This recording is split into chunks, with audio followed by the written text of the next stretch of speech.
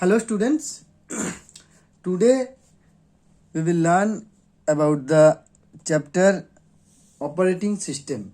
Okay, so it comes under the information and communication technology unit. So first thing is, what is operating system? Operating system is the very first program that loads on whenever we are turning or switching on any computer system. Okay, what is the operating system? It is the system software that acts as an interface between the software and the computer hardware. Okay, so basically the operating system controls and monitors all the execution of the programs and applications, and it also performs some basic tasks like recognizing input from the keyboard, sending output to the monitor, managing files, etc. So now we will learn about the detailed functions of operating system. The operating system is having certain functions that it has to perform. What are those?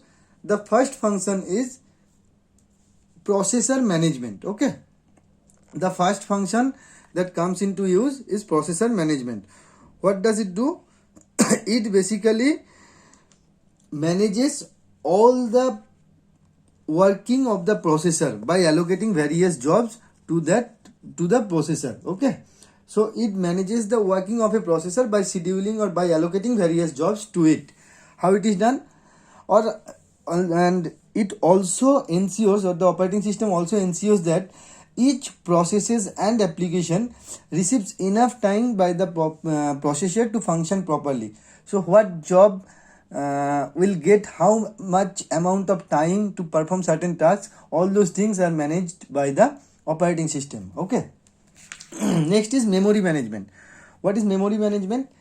An operating system manages all the sharing of the internal memory like RAM, ROM, cache, etc. among the multiple applications to ensure the proper executions of every process. Okay, as you all know, in terms to perform any particular application or run any application, first it has to be loaded on the computer, internal memory, that is RAM. Okay, so what type of or what application will get or will loaded to the main memory, primary memory like RAM, how much amount of time it will get, all those things, and how much amount of memory it will get to perform the certain task, all those things are managed by the computer's operating system.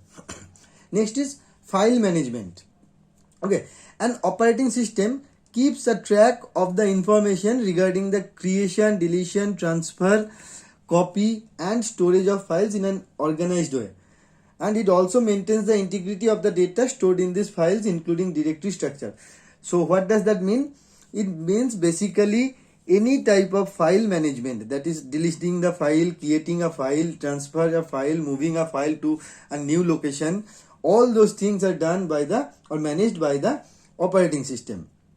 Also, operating system ensures the data integrity for the data or information that is stored on the computer. All those things are done by the operating system. Next is device management. What is device management? Device management means controlling all the works of all the input and output devices. Okay, so operating system basically controls the working of all the input and output devices. It also receives requests from these devices and perform the specific task and communicates back to the requesting processes. Suppose I want to print something. Okay, and as you all know, printer is an output device. So first we have to give an instruction to the operating system that I want to print something. It performs that. Then the operating system, after getting the request from the user, operating system performs that particular task, and then it communicates back to the processes that is requested. Okay, so this is how all the devices are managed by the operating system. Next is security. An operating system provides various techniques that ensures the integrity and confidentiality of the user's data. It's done using the username, password and firewalls. So the data security part is also done by the operating system, or the data security ensures by the operating system. How? By providing a particular username or password, or by providing the Windows firewalls to the user. Okay. Next is error detection. What is error detection? An operating system checks the system from time to time for any kind of external threat or malicious software activity, and also it checks the hardware for any type of damage. And if operating system gets any type of damage or gets notification for any types of damage, it shows a error message. Okay, also this also done by operating system. And last one is job scheduling. Suppose we are working in a multi or tasking operating system where multiple programs run at the same time. So what happens then? The operating system determines which application should run and in what order. Okay. So and the operating system also checks how much time should be allocated for each and every application. This is known as job scheduling, and this part is also done by the operating system. Next, there are various types of operating systems. Okay, so let us come to the types of operating system. First one is single user operating system. What is single user operating system? Single user operating systems are those operating systems which supports only one user to do any particular task at a single time. Okay. Windows 3.1, Microsoft Windows 95, Microsoft DOS, all those are the examples of single user operating system. And mostly the single user operating systems are character user interface. Okay, where you can use only character to perform certain tasks. Next comes graphical user interface, or GUI. This type of operating system is graphic based and interactive in nature.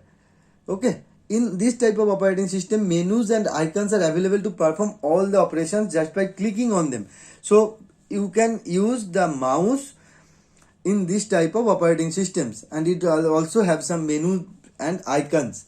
Okay, and these are the operating systems which are interactive in nature. Suppose whatever you are doing physically, you can see the result digitally also. Okay, suppose you are moving the mouse, you can see that the mouse pointer is moving on the screen, etc. Okay, next is multi-user operating system. What is multi-user operating system? Multi-user operating system are those type of operating systems which allows more than one user to use the same computer at the same time. Okay, the examples of multi-user operating systems are Windows 2000 and Windows 7, Windows 10, Windows Vista, Windows 8, etc. All those operating systems are the examples of multitasking operating system. Next, multi-threading operating system. First, we have to know what is multi-threading. Multi-threading means running, or the multi-threading operating system. Multi-threading means running the different parts of an application or program to simultaneously. Okay, so what is that? The multi-threading operating system. Multi-threading operating system are the operating systems that allow different parts of an application or program to run simultaneously. Okay, this feature of multi-threading can delay the execution response of certain processes.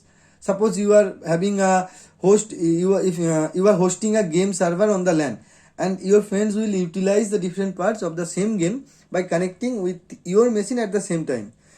So when all the resources are utilizing from your machine will degrade the performance of your system. Okay, so this is how multi-threading operating system works.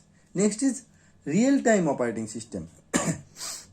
Real-time operating system, or RTOS operating system, are designed to handle the real life scenarios and problems. Such operating systems have the capability to prioritize the process, minimize the execution time, and work independently. Okay, suppose whenever you are booking an air ticket online, you are actually communicating with a real-time machine which is handling your data independently and giving you the instant response. Okay, so these are the type of real-time operating system, or RTOS. And last one is distributed operating system. This type of operating system runs on computers that are located in different geographical areas interconnected through a network. Okay, so the computers may be in the one country and another one is done in any other country, but both the network or both the computers are connected through the network. Okay, so this type of operating system are known as the distributed operating system. Next, we have to work on mainly Windows 10 operating system. So let us come to the various types of various work procedures or the features of Windows 10. So first let us know what is Windows 10. Windows 10 is a GUI or graphical user interface based operating system that is developed by the Microsoft. Okay, and it is the latest version of the Windows operating system. Okay, so what are the components of Windows 10? As you all know, the first screen that appears whenever a computer is turned on is known as the desktop. A Windows 10 operating system is also have a desktop interface. Okay, next is icons. What is icons? You all know, icons are the small graphic symbols displayed on the computer screens. Okay, and what does it do? Using the icons, user can perform all type of operations. Okay, suppose each icon has a for example icon called recycle bin. Whenever you are double clicking on that particular icon, it will open a folder where all the deleted files are stored. Okay, so using the icons you can perform any type of work or certain tasks. Okay, next is menu. What is menu? In a graphical user interface operating system, menus help the user to find any information or to execute a program function, etc. Okay, so a menu contains an organized set of options that are related to a particular operation. Okay, next is taskbar. What is taskbar? You all know, the taskbar is a long horizontal bar located at the bottom of the desktop. Okay, the taskbar is divided into three different sections. First one is the start button. What is the start button? Start button is present at the bottom left corner of the taskbar, and it is the most used buttons in any computer. Okay, so whenever we are clicking on the start button, a menu appears that is known as the start menu, and for using the start menu we can perform some common tasks like starting a program, searching for files and folders, shutting down the computers, and many more. I think we can do almost all type of performance or certain tasks using this start button. Next is middle section. The middle section of the taskbar shows the open programs as buttons, or even you can pin the frequently used programs on the middle section to access those programs easily. Okay, and last one is notification area. The right side of the taskbar is known as the notification area.